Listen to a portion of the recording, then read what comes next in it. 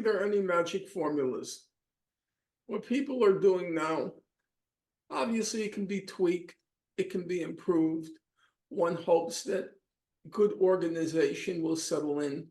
One hopes that smart, wise leadership takes the helm of power. But in general, I think young people are doing the right thing. I think what's happening in the college campuses is it's inspiring and it's hopeful. So I don't give any lessons, but I do have my opinions, and I've expressed my opinions when I've been in situations with, say, the encampments or speaking to college students about things which I think one of the important things of any movement, like for any individual, is the capacity for self-criticism and self-correction. You know, whenever I make some sort of error, even around the house, I always file it away. Remember, don't make this mistake again. Don't make this mistake again. I leave, because I've been very tired lately, I leave the gas range open and, the fire alarm. And I say, no, don't make that mistake again. And I file it away. You have to, self-correction, self-criticism. And I think that one of the important things in any political movement, there is, of course, among young people, they don't want to hear from past generations who are covered in cobwebs. And I get that. And they think they have the righteousness of youth and the idealism of youth. And that's a good thing. That's why the world changes, because people are hopeful that they can change the world.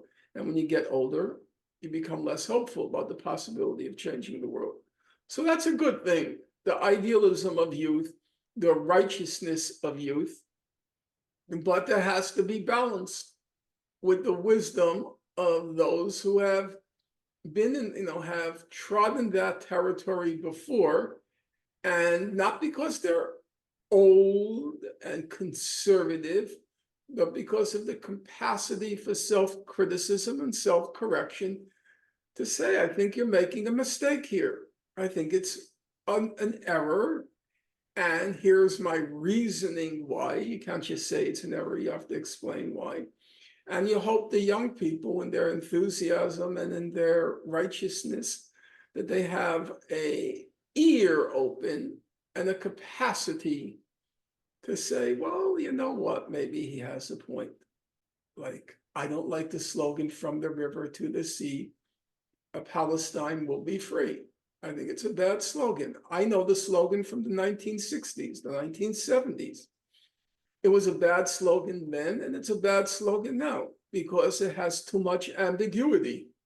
When you say, from the river to the sea, Palestine will be free, obviously a question arises. Okay, what happens to the Jews in that scenario? And some people will say, well, all it's about is everybody being free, but that's not what the slogan says. So I have, in recent weeks, I have voiced my concern that it's a bad slogan. And I said, just change it, tweak it. From the river to the sea, one person, one vote, Palestinians will be free. And you can't answer that slogan, because all you're talking about is equal rights for everyone. From the river to the sea, one person, one vote, Palestinians will be free.